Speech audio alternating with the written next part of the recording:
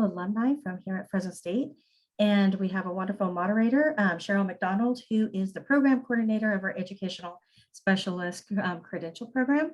So welcome everyone. And just as a little bit of housekeeping, if you do have a question, please feel free to use the Q&A and not the chat feature. It's a little bit easier to follow through. So Q&A for any type of questions that you may have. And then also this will be recorded. So if you have to leave early or come in back and forth, there's issues that always happen. Just know that this will be on our YouTube channel, which is Higher Fresno State, and it will be uploaded by next week. So welcome everyone, and thank you so much, Cheryl, for being our moderator today. My pleasure, thank you. May we begin by having the panelists introduce yourselves. And Monica, will you begin first, please? Hi, my name is Monica Martinez. Currently, I am in Selma Unified at Wilson, and I teach K-1 in a special day class. I've taught high school SDC. I've done RSP at the elementary and the middle school level. And I also have my gen ed credential as well, so I can teach K-6, multiple subject. And I have my master's too in special education. Thank you, Monica. Janella? Hello, everyone. My name is Janella. I am currently at Ayer Elementary. I teach kindergarten. I've taught 5th grade, 1st grade, and kinder. And by far, kinder has been my favorite, and that's where I've been. I've been teaching for Fresno Unified for 9 years now. I also do have my curriculum instruction, master's in curriculum and instruction, and I'm excited to answer any questions you guys have today. Thank you. Kerry? Hi, I'm Kerry Gordon. I teach at Awani Middle School for Fresno Unified. I teach 7th grade English, and I teach a 7th and 8th grade class called Women's Alliance for the district. It's a specialized intervention class.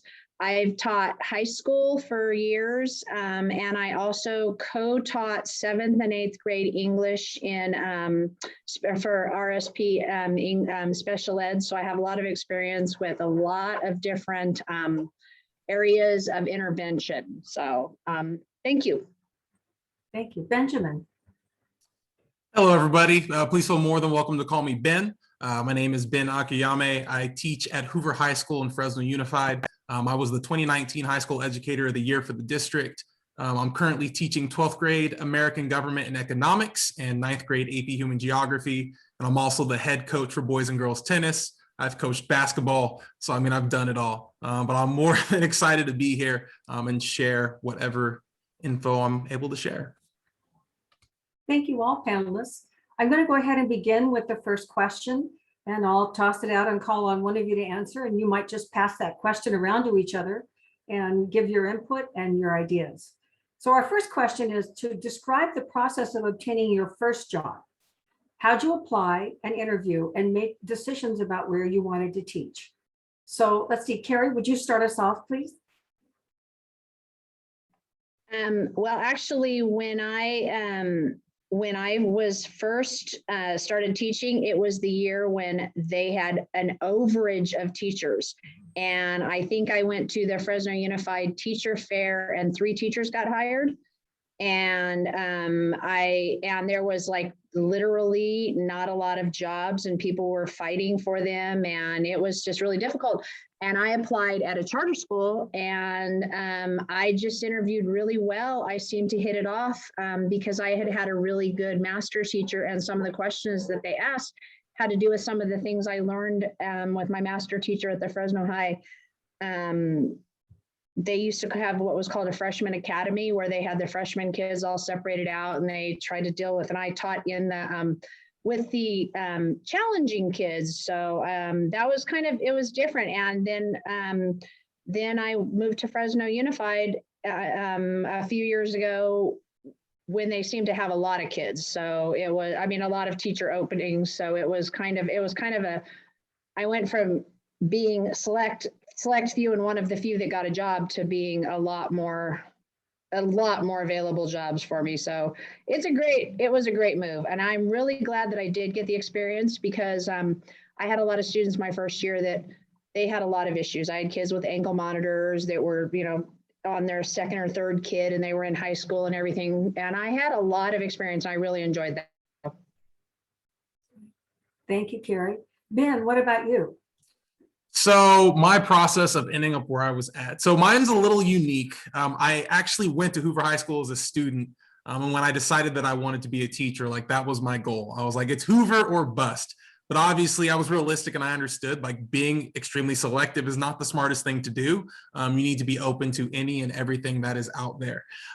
So when I was doing my final student teaching at Hoover High School in Fresno Unified, they were doing a process of essentially doing job offers where they would send someone from the district office that would come by and check on the prospective student teachers. And if they liked you, they would give you a job offer and it guaranteed you employment. It didn't guarantee you a site, but it guaranteed you employment. So knowing that I wanted to end up at Hoover, I made sure that when I was doing my final student teaching, that I treated every single day like a job interview.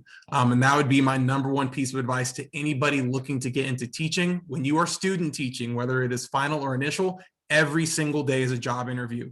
Your master teacher is going to be watching, administrators could be watching, obviously students are going to be watching, and you need as many positive recommendations as you can get.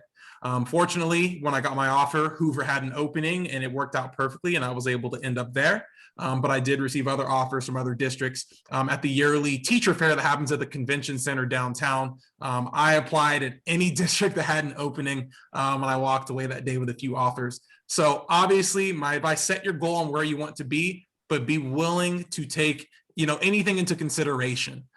Because it's all about getting that foot in the door and eventually you'll end up where you would like to be. But never say no to an opportunity, at least take it and consider it. Great advice, Ben. Thank you. Janelle, what about you? Yes, so I was in Teaching Fellows and Mini Core, and so Mini Core kind of prepares you with kind of building that professional portfolio, and anything you get from your master's teacher or any community service, you kind of put it in that folder. And so I remember going to the teacher fair, and I'm not much of a talker, and so I presented my binder, and so already knowing that you are from Mini Core is your tutor for migrant students, you're kind of already heard of and a little bit more desirable, if you will. And so, and just kind of piggyback on Ben, what he said, every day at work, it's a job interview. So you kind of want to build that rapport with administration, definitely your master teacher, students on campus, and, definitely all that will help. Thank you. Great advice also. Monica, what about you? So I have my education specialist credential, so I'm wanted everywhere. So basically all the job interviews I've had, pat myself on the back, that I've applied for education specialists, I've always gotten because they're always needed. So I first started at a charter school like Kerry, and this was back in 2019 in the winter, so January. I started with in Madera. I was over there. They were looking for an RSP teacher, and I honestly didn't know what to expect. I was about to do my final student teaching, so I had to become an intern. And I didn't even know what the process was. I just applied, going in there thinking I wasn't even gonna get it. So, and I'm also really well-spoken in interviews. I don't know why. I've gotten so much better now. I've even helped like other people, and it's just like I know what questions they're gonna ask. And I know obtaining your first job too, I don't know if anybody's mentioned it, but EdJoin, that's where you want to be checking for jobs. Right now, they're posting like every day for jobs. A lot of jobs are being posted on there, and making sure you have your resume, making sure you have your letters of recommendation. Do not wait until the end. When you know you have your mentor teachers there, make sure you're asking them, or I know sometimes you ask professors as well, but you want to be making, like the others said, relationships with the admin there. Maybe you can get an admin to give you your letters of rec, your mentor teachers, even your coaches too, that help you out. So I think EdJoin is a huge one. Being well-spoken in your interview, just being really knowledgeable. I know we can get nervous during those, but just showing that you're confident and that you're really there to just try to help the kids. Great answers, all of you. Thank you. Okay, we'll go on to another question now. How does student teaching prepare you for having your own classrooms? And Monica, I'll start with you first and we'll kind of go in reverse order this time. Can you repeat the question? I'm sorry, I was reading. Yes, of course.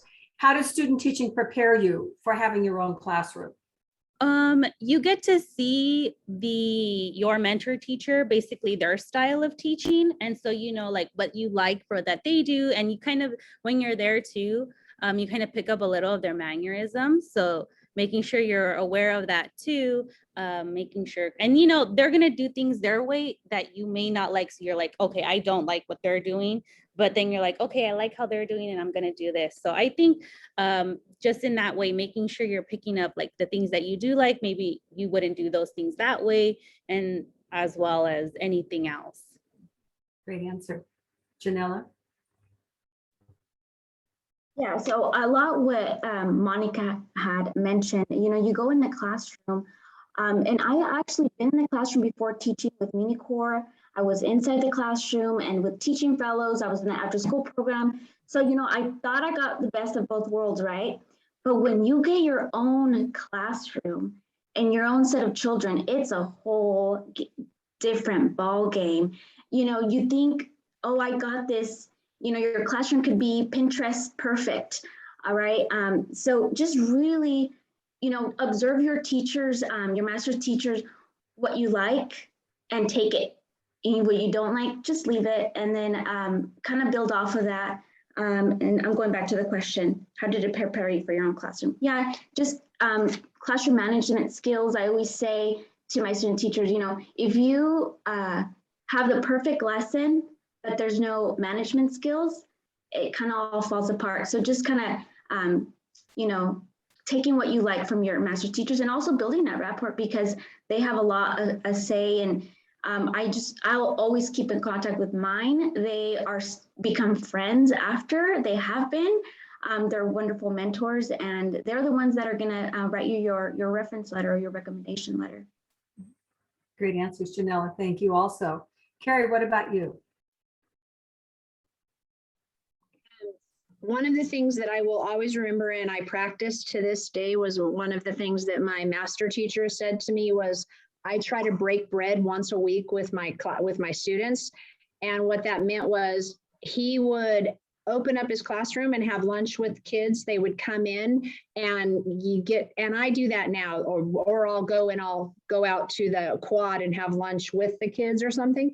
I think it's one of the best things you can do, because they're getting to see you outside of the classroom and you're getting to see them outside of the classroom. And it's one of the best things that I learned, is you're getting to know the kids at a different level. And that to me is one of the things that I've always remembered, is he said that I break bread. And I laughed because he would bring a crock pot on Fridays and crock pot something in his classroom, and the kids would like be excited and they would bring things to do it. So I just think just experiencing your kids beyond just in the classroom with them is one of the best things I did, because it helps them to be able to see you as a person. And the other thing that I was told, these two things that I was told, is when you move into your classroom, make it yours so they know you're going to stay. Don't just leave blank walls and, you know, put up things that show them who you are, because they are scared that you're not going to stay sometimes. That was a thing I really had an issue with teaching in a school where we changed classrooms every day, as the kids were afraid that you weren't going to be there when they got there. So if they have long-term subs and things, so those are the two things that I learned really early on that make the kids feel more safe around you. Great answers. Thanks, Kerry. Ben? So my student teaching definitely helped to prepare me for my own classroom because of the way that I think I approached it. So I've always been a pretty confident person. I'm very outspoken, very outgoing. I mean, I'm 6'6". I have a very commanding presence in a classroom. So I've always been the type like, you know what, let's do it. Let's get in there and get to work. So for both my initial and my final student teaching, as soon as my master teacher gave me the opportunity, I was in. You know, obviously I know some people are a little bit more conservative and they want to, you know, kind of sit and observe their surroundings, and there's nothing wrong with that. But my advice for you, get as involved in your student teaching as soon as you can, because that way, when you have your own classroom and no one's holding your hand, you already feel comfortable.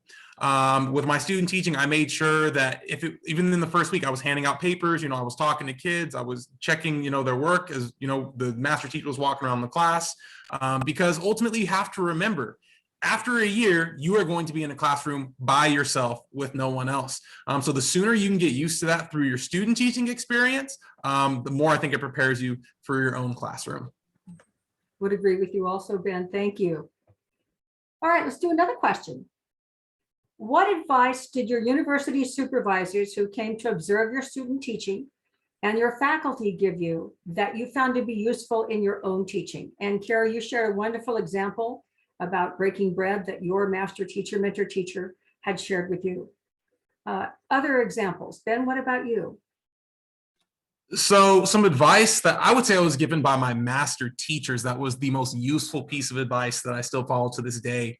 Go to every single event that you can for your students. When they see that you are bought into their life, they will jump through hoops for you. If they see that you're the teacher that went to their soccer game, that went to their play, that went to their whatever, they're going to be like, okay, I may not like history or English or whatever class that you teach, but they're going to be like, that teacher cares about me, so I should care about them. And I can definitely tell you from experience that that has paid dividends. When kids can see that you care about them outside of your classroom, they will absolutely remember that. Even if you don't think they will remember that. And that can have a long-term effect where they tell their other friends that may have you in the future, hey, Mr. A was super cool. He went to all my stuff, man. You should really respect that teacher because he really cares about us. So be as involved in all of your students' activities outside of the classroom as you can. Good answer. Janella, what about you?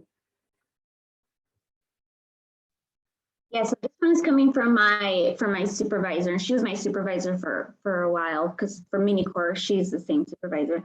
I'll never forget. She always said, just model, right? The kids are not getting it. You gotta go back, reflect, and then reteach. So that was just, even till this day, my kindergarten, okay, I got to model, think aloud, model how I would say this, model the question. And so you think it's pretty basic, but it's, kind of reverting back to her. She's always on the back of my mind. Great answer. Thank you. Kerry, what about you? Any additional advice besides the great ones you've already given us? I just wanted something somebody said to me in one of my classes at Fresno State. It wasn't, it was one of my teachers at Fresno State said, treat every child like they have an IEP. And I went, what do you mean? And they said, treat every child like they have an individualized education plan. Every child is different. They're all going to learn different, and don't rubber stamp what you do in the classroom. And that was the greatest lesson I've ever learned. Is I learned that some kids learn visually, some kids learn by repetitive. Some kids actually, I allow them to doodle because they can't sit and stare at you. They get bored and everything. So just treat every child like, I wouldn't necessarily use the term IEP. That was what I was told, but treat every child like they learn differently and be aware of it. Great advice, Kerry. Every child is different and unique, and that's wonderful for us to remember. Monica, what about you? So for me, when I was doing my multiple subject student teaching, when the teacher I had at the end, she asked me, like, she was reflecting as a teacher, like, what did I do well? Like, how could I have helped you better? And it I guess it's not advice, but it really made me think, like, as a teacher, I need to be reflecting, like, what's going well? What can I fix? How can I help others? How can I help the students? And just think back I always think back to that moment, especially when I'm having a hard day, like, what can I do to help the students better? Like in terms of behavior, or what can I do to help address their IEP goals better, and things like that. Great answers, all of you. And Monica, I'm going to keep you on just for a moment. One of the questions asked in the Q&A was to talk a little bit about your specialty. I think the question was more about being an education specialist and what that is. So I can teach in a special education setting. I have it in a mild mod setting. So when you do the education specialist credential, you can pick from the mild to moderate, and then moderate to severe. I know it like branches out to with like Cal State Teach, and there's so many, but that's mainly those two credentials with that. And then if you wanted to do like add-ons, it's different as well. But I just have an education specialist in a mild mod setting, which means I can teach in a special day class. or I could be a resource specialist. So I would, which is RS, better known as RSP or SDC. And I teach SDC currently, but I've done both. So. Great answers. Thanks, Monica. And just to clarify a little further, Monica's education specialist credential allows her to teach grades kinder to age 22 adult. Kerry and Ben, I believe you both have single subject credentials. Am I correct? So you're grades 7 through 12, plus I'm sure other kinds of adults. And Janella, I'm sorry, are you multiple subject? Yes, I am. Okay, so you're K to grade 6, right? So Yes. that kind of gives our audience an idea of the variety of credentials that are available to all of us. And as Monica said, you can have more than one. Monica has 2, I have 6. I imagine that Ben and Kerry have others also because they've talked about additional experiences, as does Janella. So that kind of gives our audience an idea of the kinds of pathways that they can follow. All right, team, I'm going to ask another question. What's been surprising to you about teaching? Something you hadn't expected that's happened, or something that you thought might happen that didn't? And Ben, would you start first, please, for us? Man, I got to start first on such a loaded question. That's a tough one. One thing that has surprised me about teaching, honestly, the one thing that has surprised me about teaching is realizing that I know it kind of sounds ridiculous because as a teacher, we work with kids. You honestly need to worry more about your relationships with your kids than with the other adults. You do not see the other adults on campus as much as you would think. I know a lot of teachers go into it worrying about administrators and their department and other teachers, but ultimately you're only going to see them a fraction of your time. Like I see my whole department, 30 minutes a day at lunch and that's it. But ultimately it boils down to what you do within the 4 walls of your classroom. And sometimes it can be kind of daunting feeling like, man, it's me in here. But you really just need to focus on building the best relationships you can within your classroom, because ultimately you spend the majority of your time with the kids. You don't really spend a lot of time with the other adults on campus. Great answer. Thank you. Janella, what about you? You have little ones, so tell us your surprises. Yeah, so so there's a couple of answers to that. So you will waste so much money. It is very surprising. My husband one time said, you need to really go backtrack and see how much you spent, right?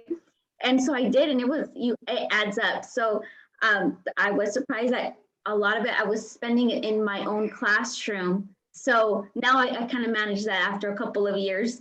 And then, you come to realize you spend most of the day with these little humans. You are their other caregiver, believe it or not.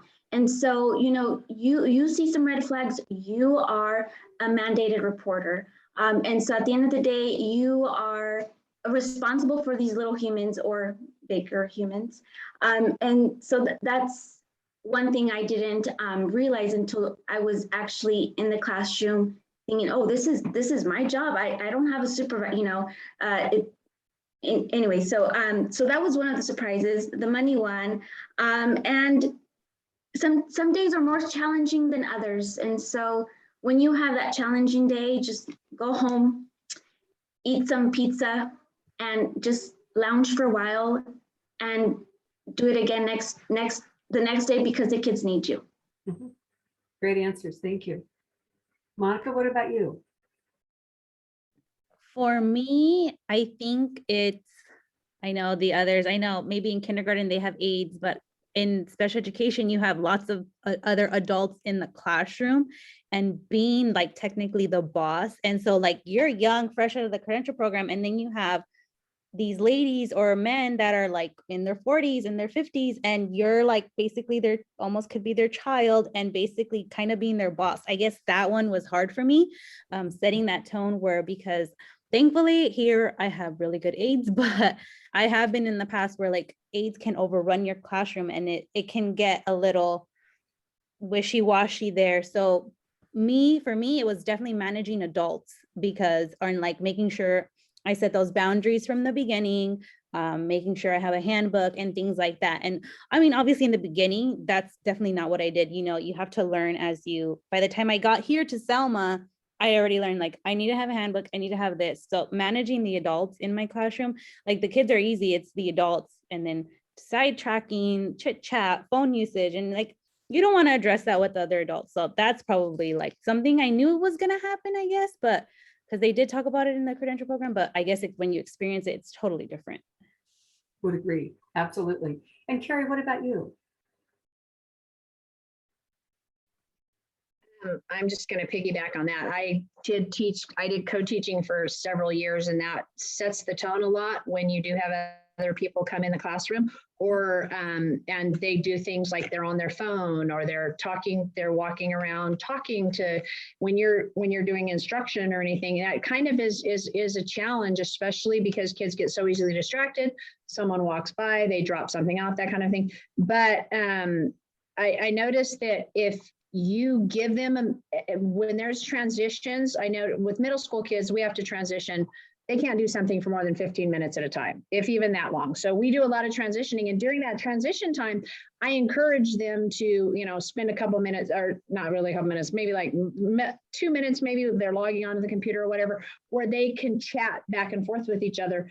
And that sets the tone of, okay, you've got it out of the way. But the other thing is I take all the distractions away. And it seems, I learned this from elementary school teachers, like I do take cell phones away. I give them the opportunity to turn them in, and they turn their cell phones in. I have a little holder, things like taking away distractions from them. They have rules like bathroom pass. You can only go for 4 minutes. You only have so many bathroom passes. Then you have to, just setting up really strict rules. And not just for me, but for when people enter my classroom. I actually send out, these are the rules for coming into my classroom. If you're coming in, please stop and wait for me to take a break, to acknowledge you. Even my admin does it, because I've kind of said, these are rules for my classroom, and I want them modeled to my students. If you interrupt, then the students think it's okay. So these are some of the kind of things that I struggled with, was finding out what boundaries I needed. Did that answer the question? Kind of feel like I got off. Okay, thank you. It's fun, isn't it, to teach? I'm just going to throw that out because it's always so interesting. Okay, my panelists, let's try another one. What do you love most about your job, and what do you find still challenges you in your job? And anybody want to start with that one? I'm going to volunteer on that one, because I'm going to tell you right now, last week was Red Ribbon Week. And so the kids dressing up, it was so much fun because we hadn't been on campus and all that kind of stuff. One of the things I love about the teaching is at middle school level is, and I never thought I would teach middle school. I was like, no, I'm getting a single subject. I am not teaching little ones. I have no patience. They can't color in the lines. And next thing I know, I'm teaching 7th grade, and I enjoy their enthusiasm. They get excited, their enthusiasm about things. They get so excited at new concepts, and you don't realize it. When they're learning something new, they get really excited. And that's one of the biggest pleasures I have. Like, we're doing advertising right now, and they're learning about how advertising influences things in their lives. And it's so fun to see them discover new ideas. And I think that is my greatest joy of teaching, is when they learn something new and they get excited about it. They come in and tell you, they go, did you know that? They'll tell you something from history. And I'm like, no, I didn't know that. And that's my biggest pleasure. That's why I love teaching, is just their aha moments and sharing them from everything. They share everything. They share, oh, guess what we learned about drug-free this week? And guess what we learned about in history? And guess what we learned about in math and all this kind of stuff. And their enthusiasm. And I think that one of the things is we sometimes forget that, and we're like, oh, okay, yeah, great. Sit down, let's get class started. I think sometimes you have to take that time to acknowledge that they're excited about something, because they're sharing it with you, and then they're going to go and share what they learned in your class. I've heard that they do that with other teachers. So I think that's my greatest joy, is just learning that they love learning. They just don't know it. Great, Kerry. And I have to say that I'm sure they love learning because you instill that in them. It's the professional relationship you have with students also. Okay, anybody else want to try that question? Janella? Oh, Benjamin, I'm sorry. Which one of you came on first? Which one? Janelle, you're more than welcome to go first. One of the reasons I love, so kind of piggyback on Kerry, I always wanted older kids. I didn't even know you needed your credential to teach kindergarten. It's like preschool. And, to my surprise, I definitely feel like it's my calling. Kindergarten is just such a special grade, early learning. It's, the centers are a labor of love for me. And so what's the hard part is always that time, right? You have those meetings, and so you always got to make time to, kind of set your centers, your work, and the thing that I find the most rewarding, especially in kindergarten, is that their growth is so significant. I get students who don't even know how to hold a pencil, and at the end of the year, they're writing me a paragraph. And so it's just that growth is so amazing to see at the end of the year, or even by December. I have readers. Kids don't know letters, sounds, they're reading by December. So that's what keeps me going. Awesome. Ben? Teaching is one of those careers that I think it is what you make out of it. I know some teachers that are miserable every day in the classroom, and I don't know how they are or why they feel that way. I really do think it is what you make out of it. And every day that I go into my classroom, like, I really do feel like I hit the lottery. I love where I'm at. I love my students. I love watching that growth that Janella was even talking about from beginning of the year to end. This year is really a unique year for me because I am teaching American government and economics for 4 periods, and that is a senior class. So, I'm basically talking to adults. They still act like teenagers, but, a lot of them are really starting to show that maturity of, okay, I'm almost ready for the real world. But just to see that the intelligence and the growth and the discourse that happens throughout the year, the funny moments that we have, the jokes we tell, the conversations that we have during lecture, those things I wouldn't trade for the world. And then also, being a teacher, you have so many opportunities to do things like coach or host a club. You can never get bored as a teacher. There are so many opportunities out there to get involved on campus. And it's just like I tell my kids, if you go to school and you don't do anything and you go home, eventually you're going to get bored. Well, as a teacher, if all you do is go to school and you teach and you go home, you're going to get bored. So get involved and host a club with kids that have a passion that you share. Be an assistant coach for soccer or something, because these opportunities present themselves as a teacher, and those are the sort of extra opportunities that I think make me love my job. I would agree, Ben. Monica, what about you? For me, would probably be like the love the kids give. So I teach a variety of disabilities, students with Down syndrome, students with autism, intellectual disabilities. So it's so, and then so I have like a variety of students, like Janelle said, the growth that you see, sometimes you have the same kids twice. And so you see growth from maybe from when they're 5 to when they're almost 7 and 8, where they started to where they are now. Like even last year, I don't have some of the same students. I see them in the other class and I'm like, oh my goodness, they grew so much. And just that, and the love that they give and their growth. And then also something, taking care of yourself as a teacher, I think is huge for me. I am all about the self-care and the self-love and a lot of the spa days. So it's all about your mental health and taking care of yourself, because if you're not right as a teacher, you're definitely not going to come in and feel good to be teaching. You're going to be miserable. So taking that time off when you need to feel good about your mental health, making that time to go get your hair done or your nails done or go get a haircut or something that's for you as a teacher, I feel like is good too, so that you can be the best teacher that you can be. Great advice, everybody. I'm going to switch for a moment to one of the questions that was in the chat. And the question was, did anybody start in multiple subject but switch to single subject teaching or vice versa? Did any of you have that experience? Okay. And Monica, you came probably as close as anyone in that you did high school. You've kind of done all these grades together. So any advice or thoughts on that of switching grades? It's definitely not what you think. So when I was in high school, in the moment, I was like, oh, these students are independent. It's not like you're bored. It's just I always like littles too, but I was in high school and looking back, I loved it, and I kind of miss it a little bit because of just how independent they are. It was a special day class as well, but now I do K1 and K1 mainly, and I have 1 second grader, and holy moly, they are so dependent on you. It's insane. just the big difference in that. Like, don't go into a job thinking, oh, it's going to be this, it's going to be all happy and rainbow. And it's like, definitely not. Like, definitely making sure that you know where, you know, the reality of it is. Like, I love my job. I don't know if I would go back to high school. I think I would, but I love elementary. Like, I love it so much. I love being with the little. So I guess, yeah, I've done it all. I've done middle school RSP. I've done elementary RSP.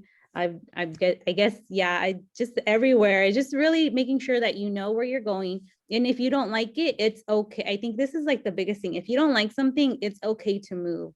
And if you don't like, let's say I don't like elementary anymore, maybe 1 year and I'm done. Okay, I can move to RSP, high school. I've done RSP high school too. Like, it's so crazy. You can always move. If you don't like where you're at, don't be miserable. You can always just change. So I guess, does that answer the question? I'm not sure. Yeah, it really does. I think just because, Monica, you've come as close to that switch between levels as anybody. And Janella, there's a question for you. The question was, would you please talk about your experience as a graduate student and doing it while in your first year of teaching? Okay, so that's actually a funny story. That was not my, initial plan. What happened is, I am not the best test taker, okay? And so I took my RICA and I did not pass. And so I even got an early offer. And so I took my test, my RICA again, and I did not pass. And so it was it was July, and I still had not passed. And back then, I'm not sure if things have changed or not, but it takes a while to get your test results. And so I said, what am I going to do with my life? I'm not a teacher and I'm not a student. I felt like I didn't know. It was either one or right. So I said, you know what? I'm going to apply for my master's. And I did it. And so kind of retrospect back then, it was difficult, but manageable. I had a newborn. Well, not a newborn, he was about 8 months. And so the key is really more time management. If you have a village, or even ask for help, don't be afraid. Communicate with your supervisor or your master teacher, and then kind of just time management. I don't have family here, so I'm not originally from Fresno. And so me and my husband, we grounded roots here. So we didn't have anybody because he's not here from here either. So what I'm saying is you can do it. If you're having doubts, just kind of put a plan in motion, a calendar with your events and assignments due. And I don't know if you guys still have BITSA coaches. My BITSA coach helped me a lot. A lot of those assignments kind of went hand in hand because I did curriculum and instruction. And so that's how I got through it. Sorry if that was long. Thanks, Janella. Organization is always the key. Okay, panel, I have another question for you. What do you wish you had known about teaching when you were in the Credential program? And is there anything you wish you would have done differently in the Credential program? Anybody want to start with that one? Yeah, I'll go ahead and start. I would say one thing that they don't really emphasize in the Credential program, just to be totally honest, is the importance of classroom management. Yeah, you hear all the pedagogy, you hear about all the psychology behind it, but honestly, there's nothing that a professor can tell you that will prepare you for the actual experience of classroom management. Every single year, if you're a high school teacher, you're dealing with 150, 160 unique individuals.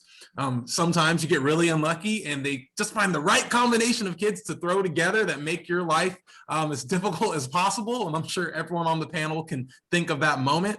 But you have to be able to figure out what classroom management works for you. What works for me may not work for another teacher, but you really need to find that thing that works for you. Because as long as you can manage a classroom and manage the behavioral issues that may arise, the content will work itself out. Every teacher knows the content, but what makes the difference in teachers, in my opinion, is their ability to manage a classroom and keep full command of the classroom bell to bell. So that would be my thing. I wish the Credential program would have done a better job of making that clear for me, but fortunately, it's worked out up to this point. Anybody else? Not necessarily a credential program, but I didn't know, I learned this later. You do not have to be a liberal studies major in order to be a teacher. So you can actually major in anything else, biology. And so if I would have known that, I think I would have emphasized in something different. And then you can choose what credential you would like, the, single subject or multiple subject. So that was really, that was an eye opener for me, in case someone didn't know. And Kerry? One of the things that this is still shocking to me was I wasn't prepared for the grading. Like figuring out exactly how to grade the assignment, even though I had a rubric or anything, how difficult it was to assign points or assign weights or that kind of a thing. That was something that I don't know if I wasn't paying attention but I just know that when I started teaching, the grading was something that I wasn't prepared for, just how to figure out getting around, because you don't always want to listen to the rest of the people in your team and grade exactly the way you do, because you may not agree with the answer to things, especially when you teach a subject that's really subjective. English is a very subjective subject. I mean, math, you give an A. Sometimes you struggle and you see that this kid may have only written 3 sentences, but he got those 3 sentences and it was a struggle for him to get him. And that's the part that's kind of something that you're not prepared for, is actually issuing the grades. You may have a standard, you may have a rubric, you may have a whole team that's doing this, but sometimes you have to grade based on the answer the kid gave. And that's something that I don't think that I was prepared for. I don't think anybody ever told me that you have to figure that out on your own. Agreed. And Monica, anything to add? Probably, I think I agree with everybody. And then maybe something I feel like probably everyone feels as a teacher is like how attached you get to the kids. I did not know I was gonna feel that way. Like I still remember students from my student teaching like a long time ago, and just how attached you get to the kids. And when they leave you, at least for me, because I spend longer with them than a year, just like you feel emotional when they do leave and how big they've grown. So just how attached you get to the kids and how much love you do give to them and how much love they give to you, and how Janella said too, like we're with them a long time for a long day. They stay with us. I know for me, it's like 8 to almost 2:30. So it's like, that's a long day. And then they go home, babysitter. So they see you at least guaranteed 5 times a week for that many hours. So just how attached you get to the kids, and, you really feel for everything that they're going through. And Monica, thank you for that. That's the mark of a good teacher. And all of you have expressed that passion and compassion you have for the students that you teach. I'm sure that we all feel the same way as teachers. When students leave us, we feel a little devastated. Even the ones that may drive us crazy every day, we still love them all. Okay, team, next question. Describe the dynamics of working with administrators at your school site. What kinds of support do they give, and what is the evaluation process like for you? Kerry, will you start that one for us, please? We had a big turnaround a couple of years ago. We got a new principal, and it was a completely different principal style than the one we had. Mm-hmm. And then they turned around and switched vice principals the same, we only had one remaining and our counseling staff changed and everything staff. So it was like a big shakeup almost all at once. And so it was, you come in, you're kind of a little bit protective of the way you've been doing things. And then all of a sudden you get a new principal or new admins. And we've had a lot of transitions over the last couple of years since that happened. We've got new vice principals, we've got new, and I think the support and the way that they interpret the same set of school rules is surprisingly different. So you have to kind of fill out, how does this person feel about this set of rules that we've had, that are the school rules? And then someone else comes along and you're like, okay, those used to be the rules. If you're going to change them, let me know. So that's kind of the thing, is our principal is pretty good about really letting us know that, hey, this is my way I want to do things. And one of the things is she always says, if we need something that we would need to make a big change on, or a lot of people are really, wanting information about, she says, who wants to be on the committee? And then we have a committee that looks at it. So I kind of think that's pretty supportive of having teachers say in things. We get a lot of say on things that happen on our campus. And I think that's nice. It's a little bit different than it was in the past. And I think that's important, is that you feel like you're heard. And I feel like we get heard a lot on our campus. And so I enjoy that. And I think that's important. And let them know if something's bothering you. Don't think that's the most important thing, is, hey, this is happening and I need your support. I think open communication is key. And I feel like we do that. We have an opportunity to say something and she'll say, let's sit down and talk. And I think that's like the kind of support that we have. And I think that's really important. We agree with you. Ben, will you talk about the evaluation process? Yeah, so for me, I was evaluated, as I think every teacher is, their first 2 years teaching. When you're working to clear your credential, you will have a couple of evaluations throughout the year. Some are formal, some are informal. And from what I remember my process being, I met with my vice principal of social studies or social science at the beginning of the year. We went through the TPEs, basically the standards for the teaching profession, like, professionalism and EL strategies, things like that. You'll learn a lot more about TPEs as you go through the credential program, but we set goals and we set evaluation dates, and basically the administrator would come in, would look at my lesson, would provide essentially a grade, a critique for it, and then we would work together. Where can I improve? And that basically it can repeat the cycle until you've done it a couple times over your first 2 years. It's not as scary as I thought it was going to be, but I think ultimately that depends on your administrator. The administrator that I had was a man named Scott Braun, who's the principal out at Fowler now. He was awesome. I loved Scott. And his whole mindset was, it's me and you versus the evaluation. It's not me versus you. It's not teacher versus principal. We work together to get you through this. And if you have an administrator that has that mindset, I think it makes the process a lot easier. After my first 2 years, I think I've had 2 evaluations. It's just after your first 2 years of clearing your credential, it's every few years you'll have evaluations. They're not as, intimidating in a sense as they are when you're a new teacher, because, hopefully by year 4 or 5, you have it figured out. But it's just to make sure, you're staying on top of things. You're not getting lazy. You're staying on top of your game as a teacher. I think it's a good thing to keep teachers honest. So they're not just getting into this, same repetitive routine, and they're trying to keep things fresh. But from what I remember, the evaluation process was not intimidating. It was not scary. It was actually very enlightening to see where administrators viewed my strengths and my areas of growth. So. Great. Thanks, Ben. They have What about you? Oh, sorry, Kerry. I just, one of the things is Fresno Unified has because Ben, this each site has different year. They can request that you have them either 2 or 3 years.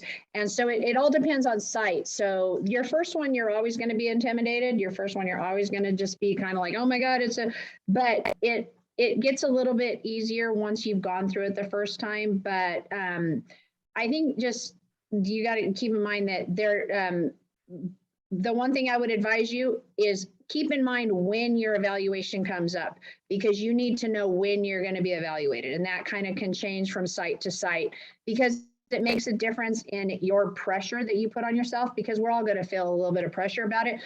It's not as bad as you guys think. don't stress over it. Ben is right. It's actually a great process that helps you a lot as a teacher. I just wanted to piggyback on that, Ben, because I love Scott Braun, just so you know. That's great. Monica, what about for you? Does it look a little different as an education specialist?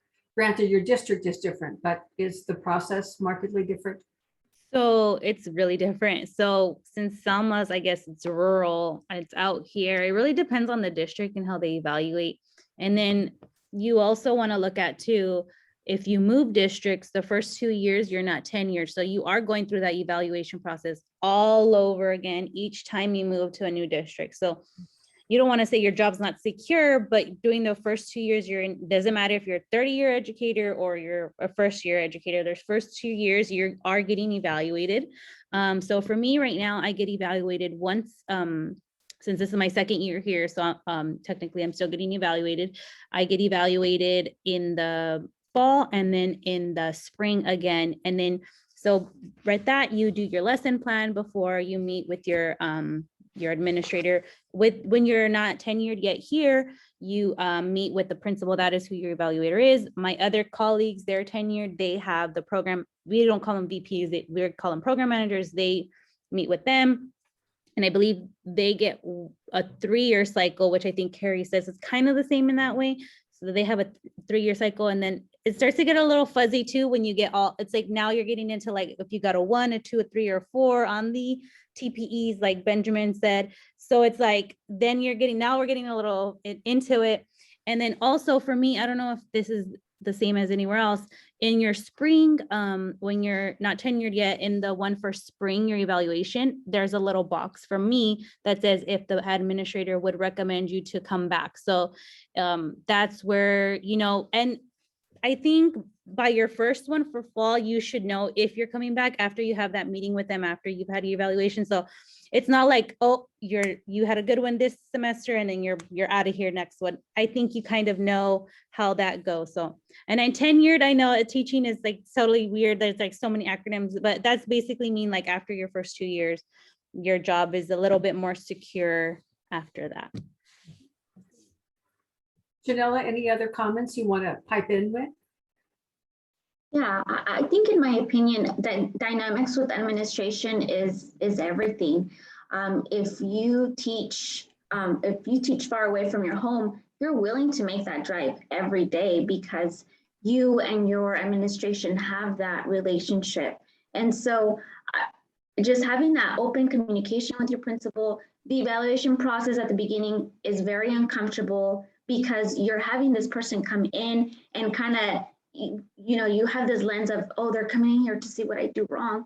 It's actually quite the opposite. You and administration are there for the students and they want to make you grow. And so ultimately, you know, they're going to give you that constructive criticism.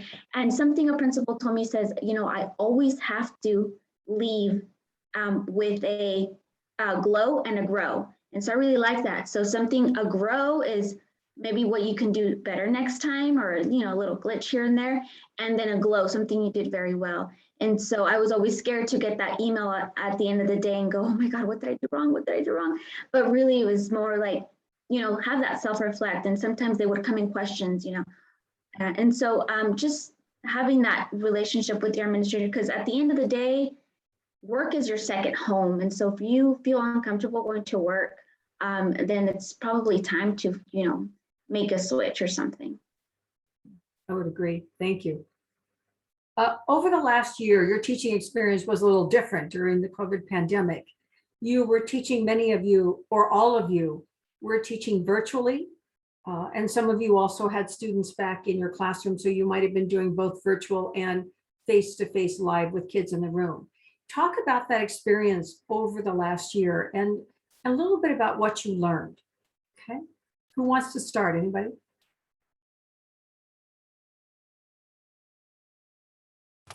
I will go ahead and start there. Thank you, Dan. To be honest, I did not like it. When I got into Hard, Dan. Being online virtually completely. So at the beginning of last year, it was 100% online. I think as educators, when we got into the profession, we went into it with the assumption of being face-to-face with students every single day.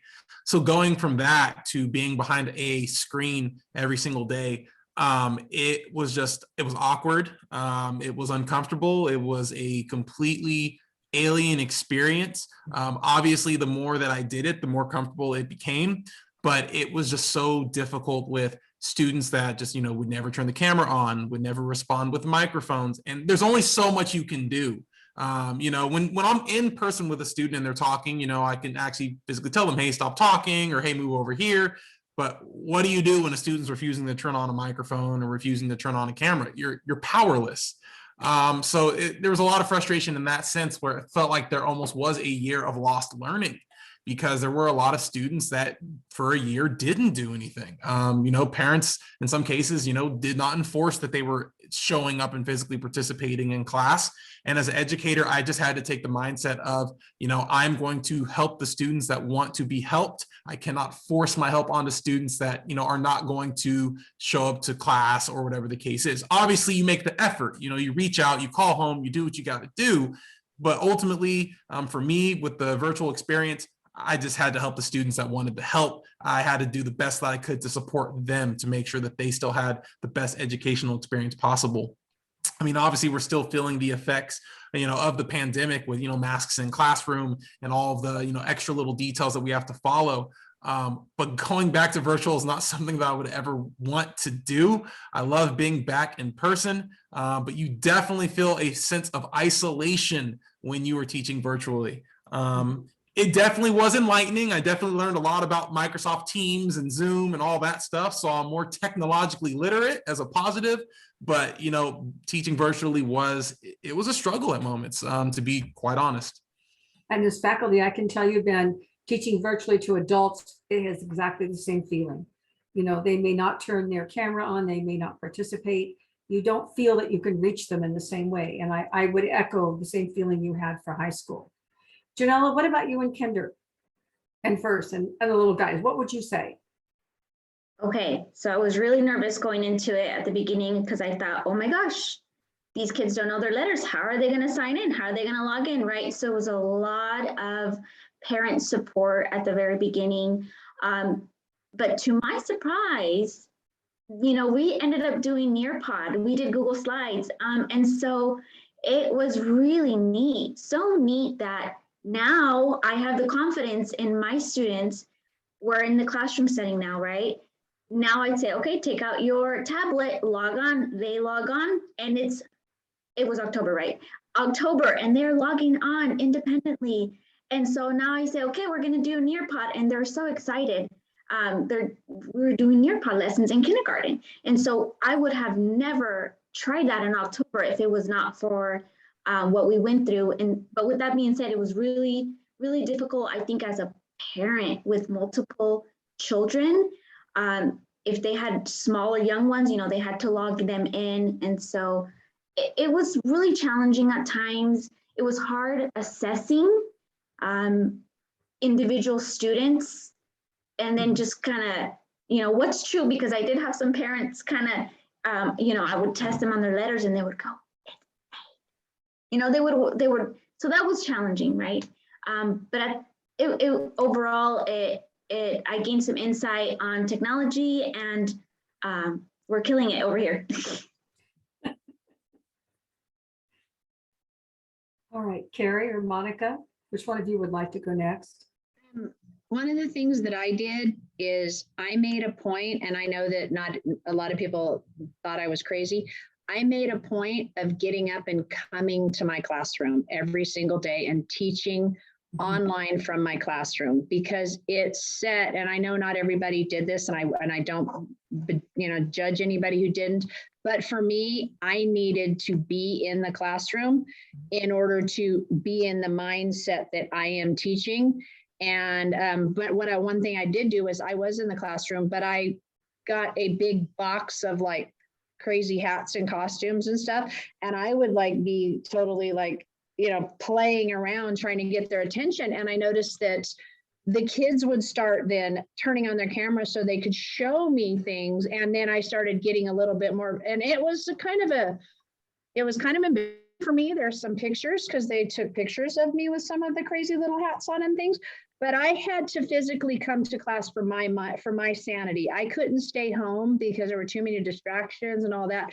And I think that helped me through it. And then when we started transitioning the kids onto campus, we had like 10 kids per period. The kids were like, oh, wow, this is what the classroom looks like. And they kind of, some of them felt like, oh, I've been here because I was in the classroom. And I would hold the computer up and go, oh, there's where you guys will be sitting and things like that, trying to make them feel like this is a classroom. And I think that was one of the things that really helped me with that whole idea, because it's very isolating. You're sitting here teaching a lesson and no one's answering you. So you start asking questions, you start making funny voices, and these kind of things, and then you start getting hilarious responses, and then they start participating, because that was the deal. Is suddenly it became a big game of who's gonna turn on their camera and show the funniest face or anything. And for every kid that turned on their camera, the science teacher and I, every time we had a contest on Fridays, every time they would turn on their cameras, we would put a sticker on our face, and we had face full of stickers, and it was working because they're middle schoolers and they thought it was funny. They like to make fun of their teacher. So it was it was humbling, but it was nice. That was the only thing I could do. But like you said, Ben, oh, it was lonely. It was very lonely. And Monica, what about you? So for me, it was a little different since I taught special needs they were second and third, so they're a little bit more independent, but I had some that did not like being on camera. So even just them going and sitting down in front of the computer I seen one girl that I had the very first day, I said hi to her and she was gone. Like I didn't even see her anymore.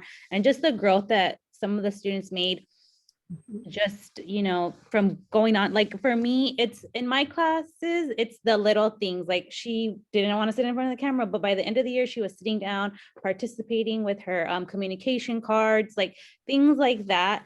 It was very hard, especially trying to address IEP goals and doing small groups and then trying to figure out what worked and what didn't work. We did one-on-one groups that didn't work. We did small groups, we did reading groups. It was very hard, and I'm happy I don't have to do it again this year, even though I did have to do it one week because I had a COVID outbreak. But so going back to that for a week, then you have to, for me, I have to have the parents sit next to the student, because even getting them to sit down, it's a little bit harder. For me, my students last year were completely like some of the first kids on campus when we did come back, because we came back in March or April. Mhm. And all the special day classes had came back. Like they were one of the first ones. Like we were given a week, and then like, okay, you guys are coming back in a week. So we had to prep 1 week. And so we were teaching in person in the morning, and then we were teaching online in the afternoon. So that was really juggling. That was really hard. I'm glad I don't have to do that anymore, because you're teaching all morning the same thing. And then you're like, I know I don't teach high school because of that, because it's just like the same thing over and over. Just like, you teach the same thing in the morning, teach the same thing. So it was hybrid. And then they told us, oh, you can teach at the same time. And it's like, I can't even, I have to manage a lot of behavior. So I'm like, I cannot teach at the same time. I'm like, I have to teach one time and then a time again. And that was really hard for me, because you're sleepy by the time after you eat lunch. And yeah, it was very difficult for me, to say the least. I think it was difficult for everybody, Monica. You weren't alone in that. I think all of us expressed that same feeling. And just even having them sit for a long time, even as an adult, we're not used to sitting for that long. So that was another challenge. Let me ask a question of all of you, just for a quick answer. How did you learn the virtual skills you needed? I realize we do it because we have to, but was there any training provided to you? For example, Janella, you mentioned Nearpod. And I know, Kerry, you came up with the crazy hats ideas, but were there any pieces of software or technology that you had to learn quickly and to employ? Anybody want to take that one?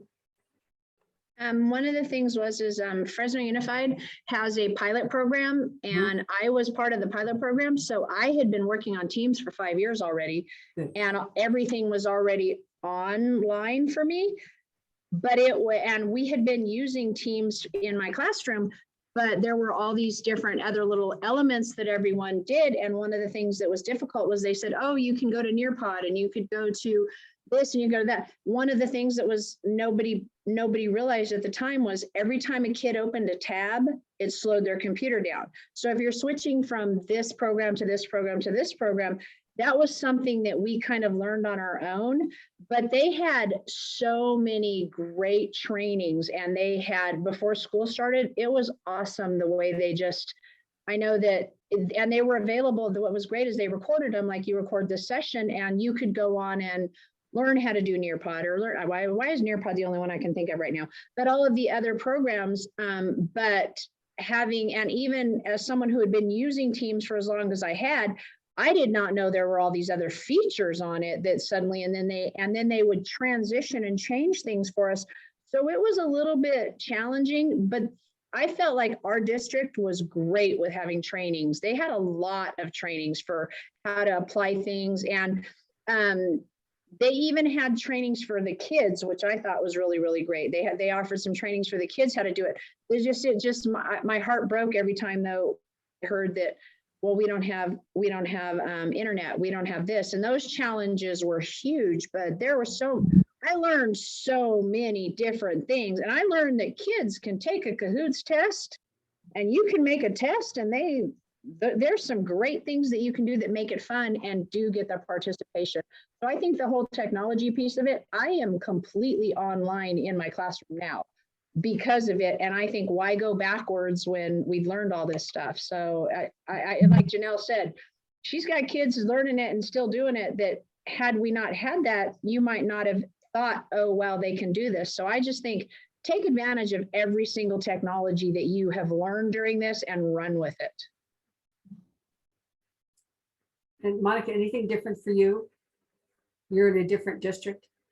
For me, it's probably, I'm trying to think, like the trainings. I know in the beginning, it was a lot of, right before school started.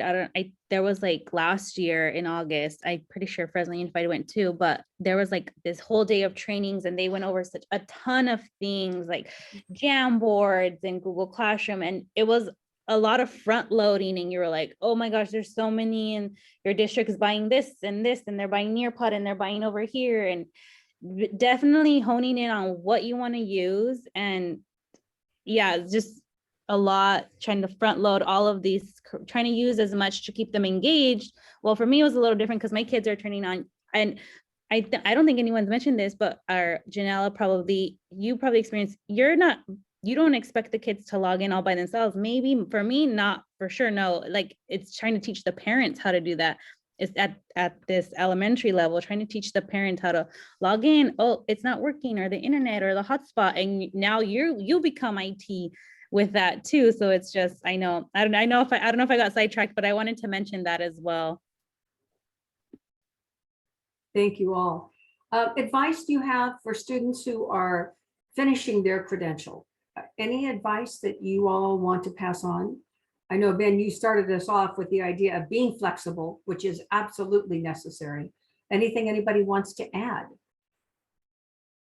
Yeah, Janella, go ahead. Take your tests.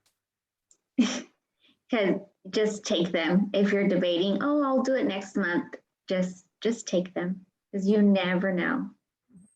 Get them done. You're right.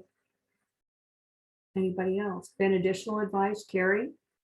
Any opportunity you have to do any kind of professional development that you have, any opportunity to learn anything, right now, do it before you get in the classroom.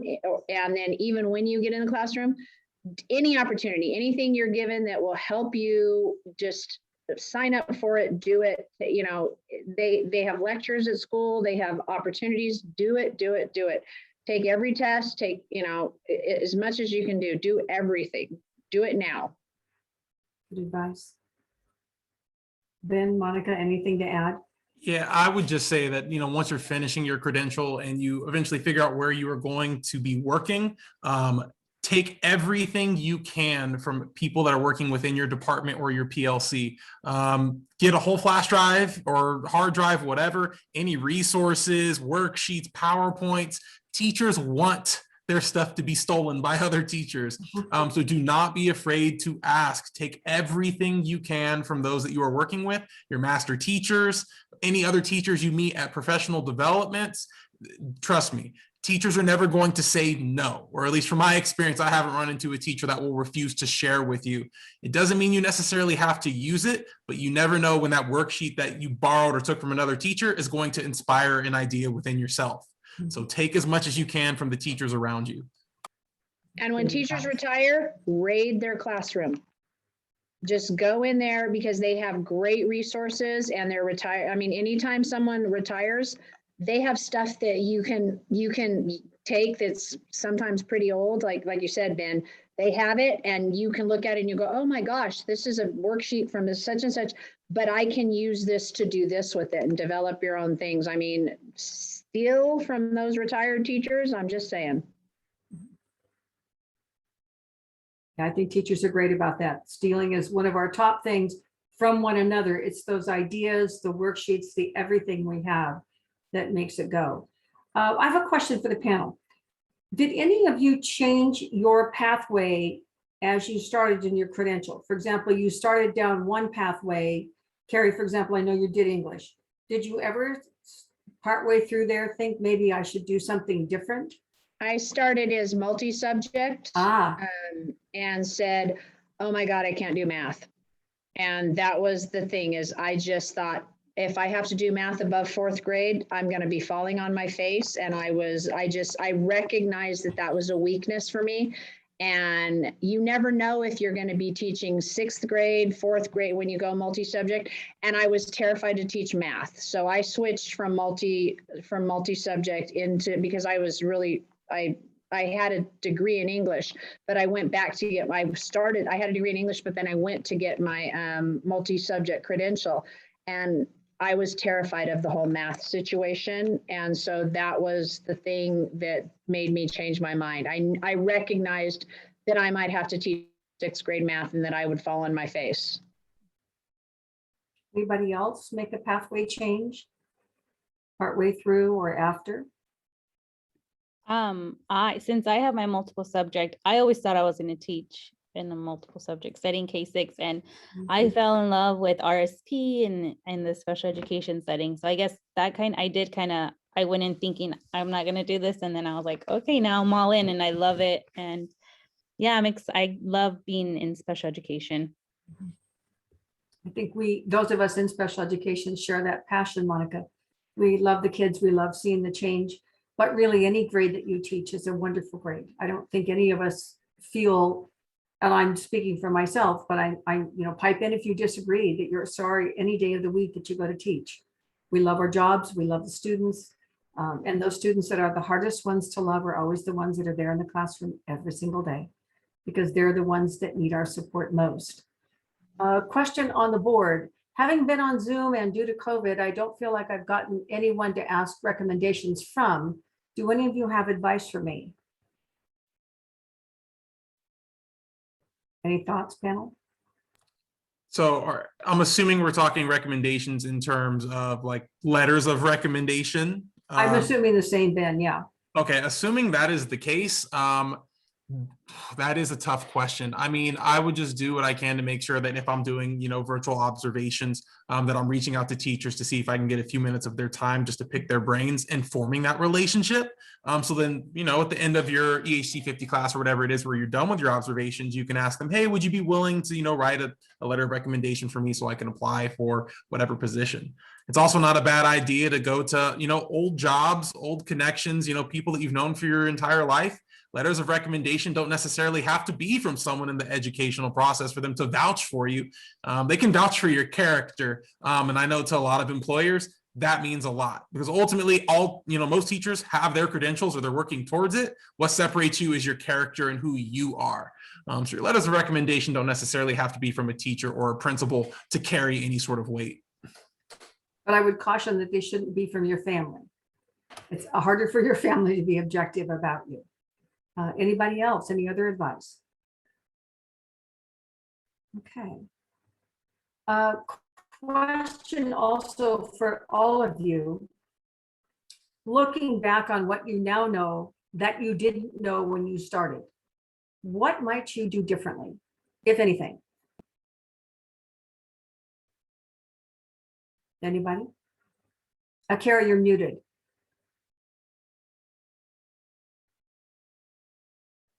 Okay, sorry, it wouldn't click. I'm gonna go back to what Monica was saying earlier. I wish I'd have known that it's okay to take time for myself. Early on, I would be you're in the classroom all day long, and you go home and you take a stack of papers and you feel like you have to do it.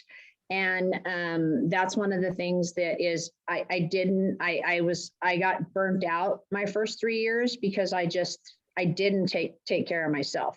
And then I stepped back and said, you know what, I don't have to grade this paper today just because they turned it in. And I gave myself, okay, I set rules for myself so that I knew that when this time period comes, the day is done. I'm walking away and I'm becoming a mom and a wife and whatever.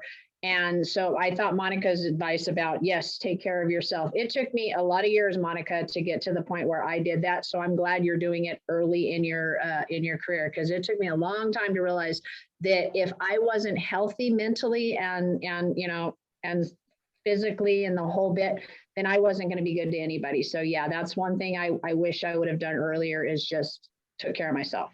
Mhm. And which of you interned? I know, Monica, you did. So took a job teaching while you were doing your credential program. Anybody besides Monica? Okay. Monica, how did you find that experience to be for you? It was actually really fun because I was doing RSP and it was something new. You do have classes, so you still have to finish the credential program. You're still in your final student teaching.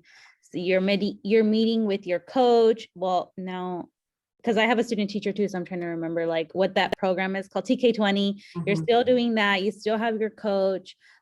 If you're an intern, obviously, you don't have a mentor teacher. You are the teacher, but you do have that coach still leaning on your coach. And they're not someone to be scared of. They're literally there to help you and support you and asking you like what I can help you with. So definitely leaning on your coach and making sure your coach is helping you to support you in the classroom, and they're observing you as well. And I think it's like it's basically like you're doing your student teaching, but you're an intern. You're still doing everything.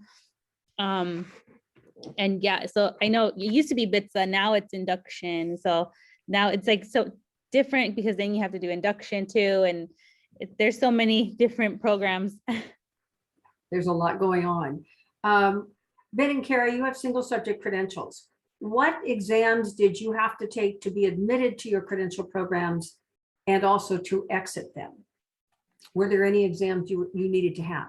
Kerry, go ahead. Yeah, I had to take the CBEST, but it was back before I just had to have a degree in my subject and then take the CBEST, and that was it. I didn't have to do. I did when I got in. I had BITSA, but I had the greatest BITSA teacher in the entire world because I had Rain Bumate.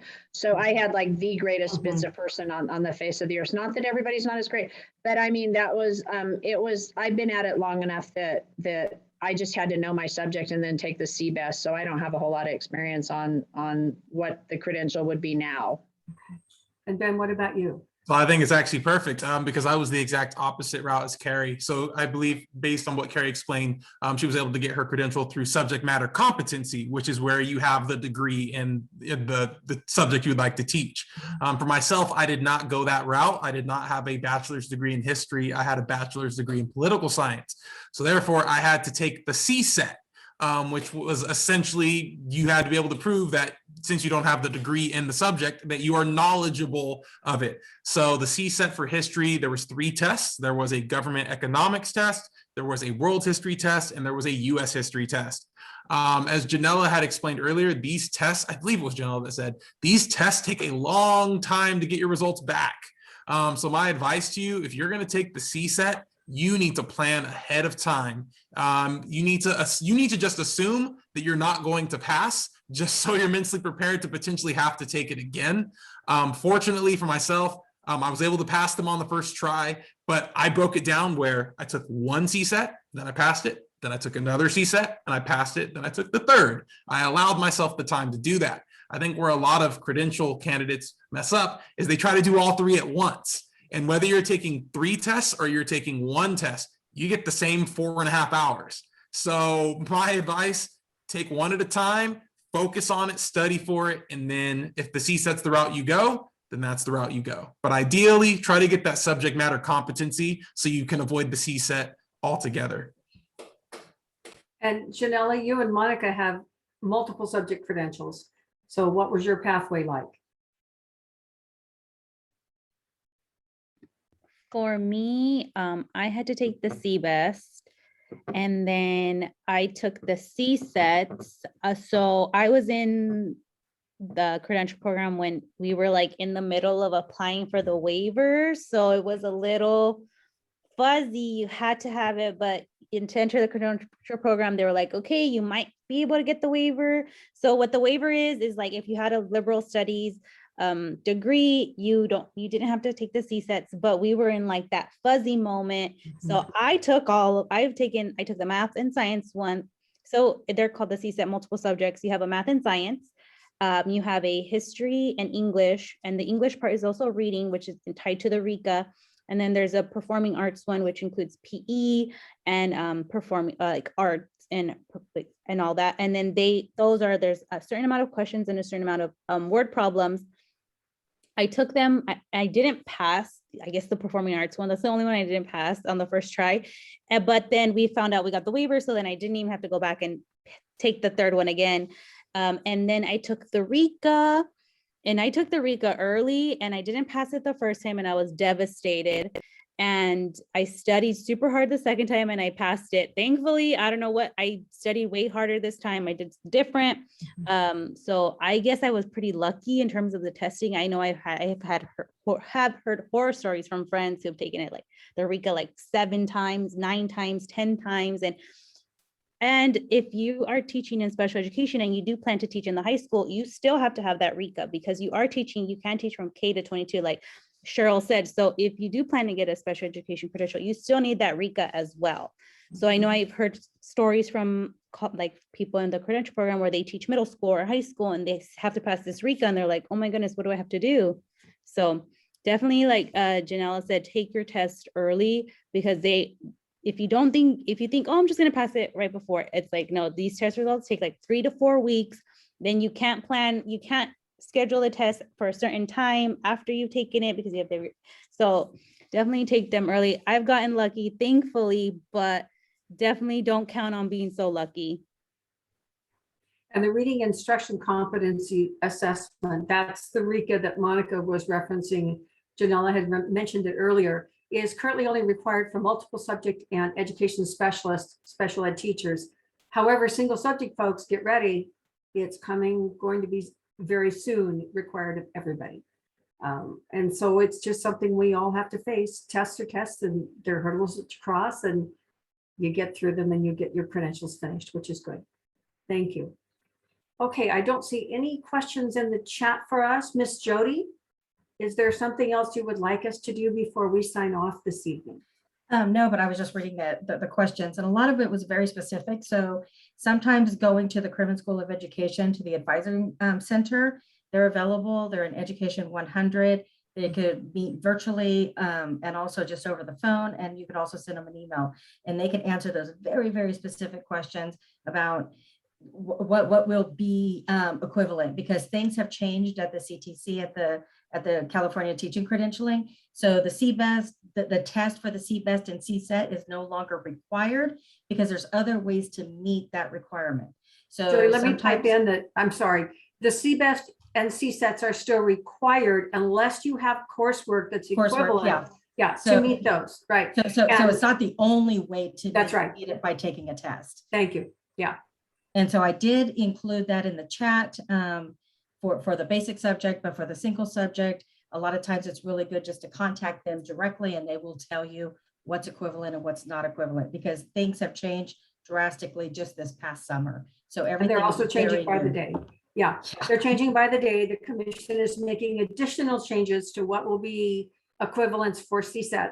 So just know that every day is a new day. And we're Yeah. learning.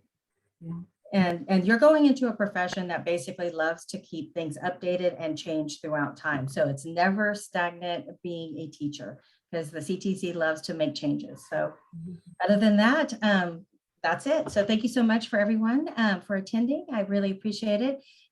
This has been recorded and it will be available online at our YouTube channel. Just Higher Fresno State is our YouTube channel. And once again, thank you so much for the panelists, and thank you again, Cheryl, for moderating tonight. My I pleasure. really appreciate it.